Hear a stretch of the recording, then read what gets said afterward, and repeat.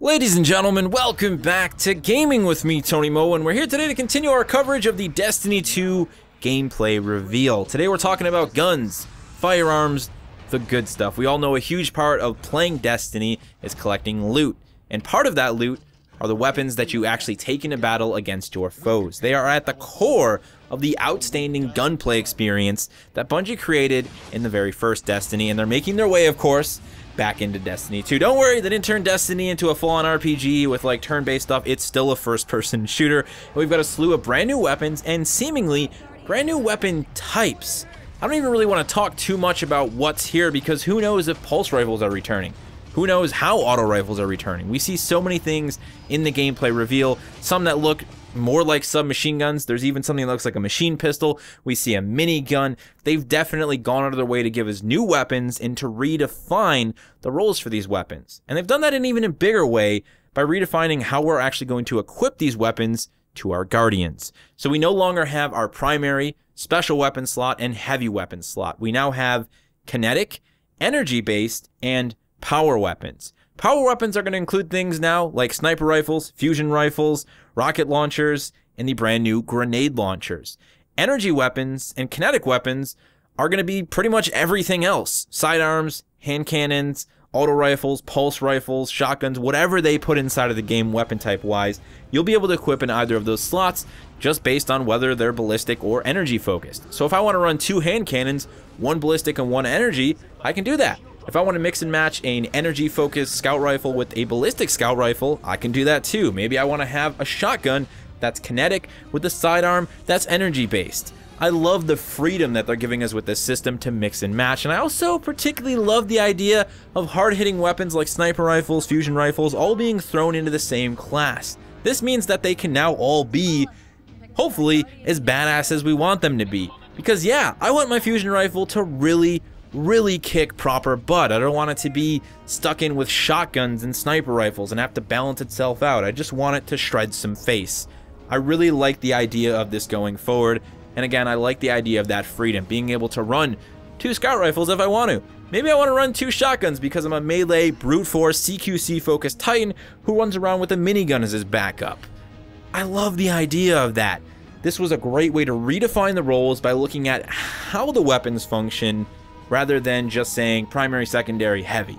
I think it's a great move going forward, and I can't wait to experience it for myself. Let me actually rewind a little bit and then pause right when Luke Smith was talking about kinetic, energy-based, and power weapons, because this is the very first opportunity that we get to look at the player's inventory, more specifically to actually look at the statistics and the perks on some of the player's weapons. More importantly than all of that, though, there's one thing that the player doesn't have equipped on any of its weapons, and that's mods. There are no mods equipped on any of the weapons in this player's inventory. Now, I'm saying that like it's a normal thing, but we know it's not.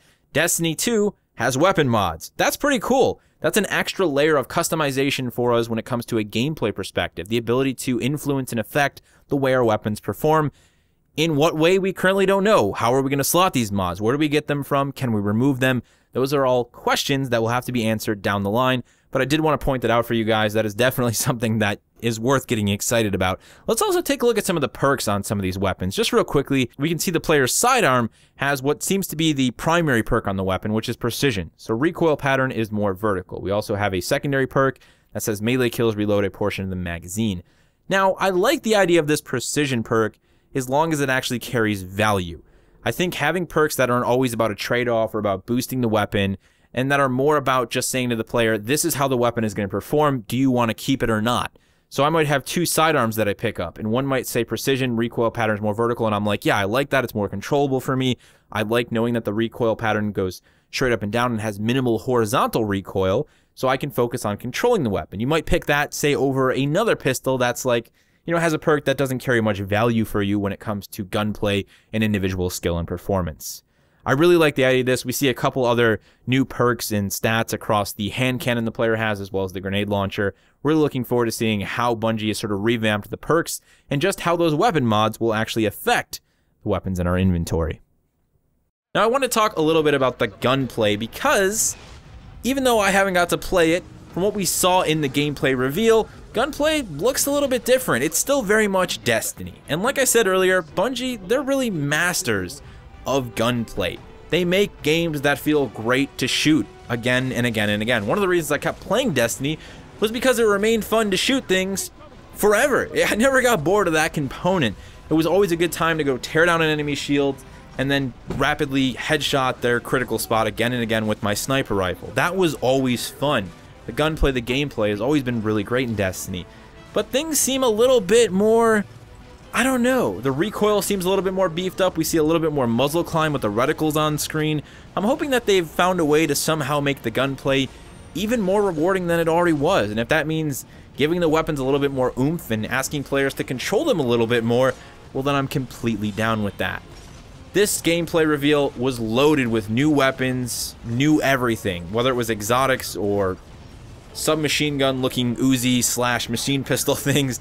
There's a lot of good stuff in there, and if you're really looking to dig deep, looking through the gameplay reveal multiple times is a great way to do that. I already found some favorites. I keep mentioning that machine pistol that the hunter had because hell yeah, that looks stand out. There's the minigun that we got to see, of course the grenade launchers, and at one point we even see an iron banner grenade launcher that has a very similar design, a very similar model to what we've been seeing on the iron banner weapons that have been dropping over the last couple months.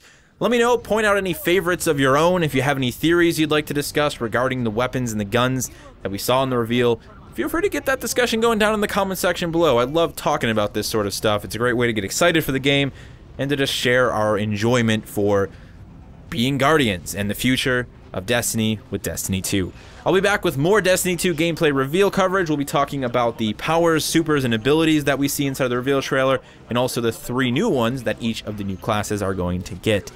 Thank you so much for watching, and as always, remember to play smart, remember to play to challenge yourself, but most importantly, remember to play for fun.